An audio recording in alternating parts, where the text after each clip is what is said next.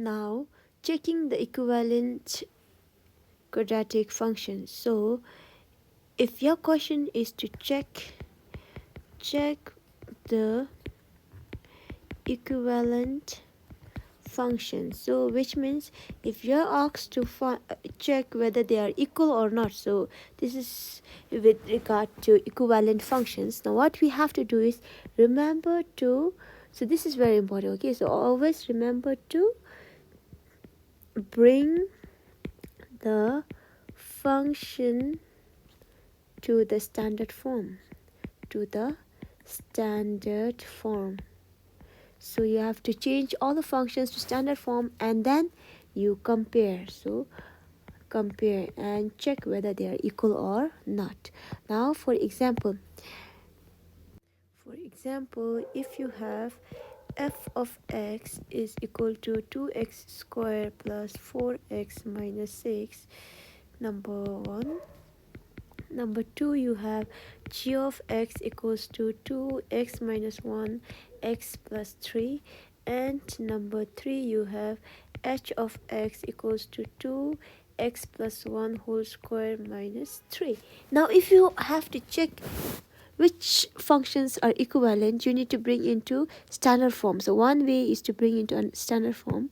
So the solution would be, so f of x is already into standard form, so there is nothing we can do. There's no like term, so you cannot do anything. Now for part 2, which is g of x, this you can do something because there are brackets, which brackets means you can open, okay. So the first step is to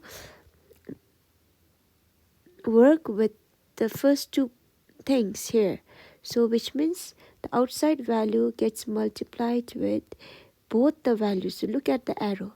First arrow is leading towards x, so bracket open, 2x. Plus times minus is minus. 2 times 1 is 2. So this is how you bring two things together. Then next one is same thing again. Now you have to multiply the other two. So first and first, second and second. Then you have these two arrows here, so you just follow the arrow, okay. So 2x times x would be 2x square. Then positive times positive is positive. 2 times 3 is 6x. Then negative times plus is negative, 2x. Negative times positive is negative. 2 times 3 is 6. Now you bring like terms together.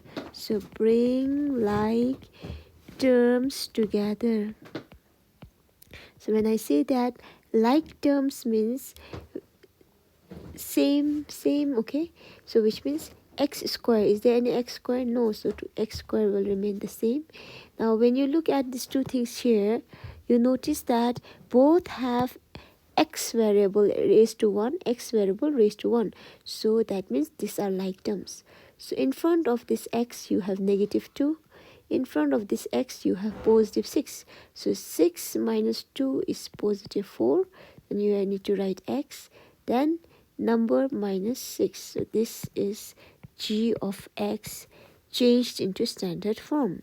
Now number 3, what we have is, part 3 is your h of x, which is equal to 2x plus 1 whole square minus 3.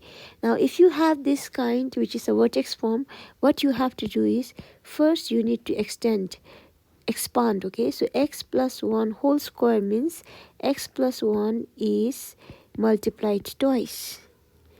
Exponent 2 is telling you that the base is repeating 2 times, then minus 3.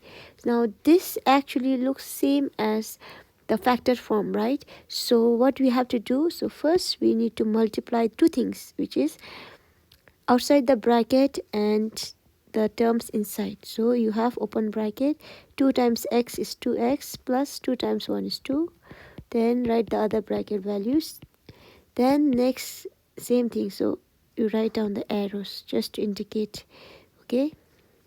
So 2x times x will be 2x square. So there are Then next is plus times plus is plus 2x. Positive and positive is positive 2x. Positive 2 minus 3. So now you bring all the like terms together. So x square, there's no x square, so 2x square directly, right?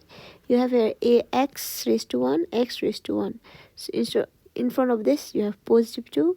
In front of this you have positive 2. So positive 2 will be positive 4x.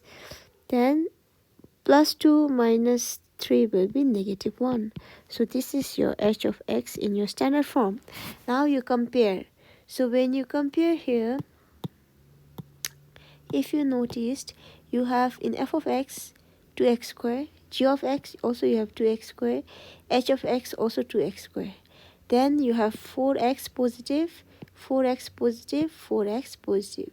Then you have minus 6, but here negative 1, so not same. But which one is same? You have f of x, which is exactly same as g of x.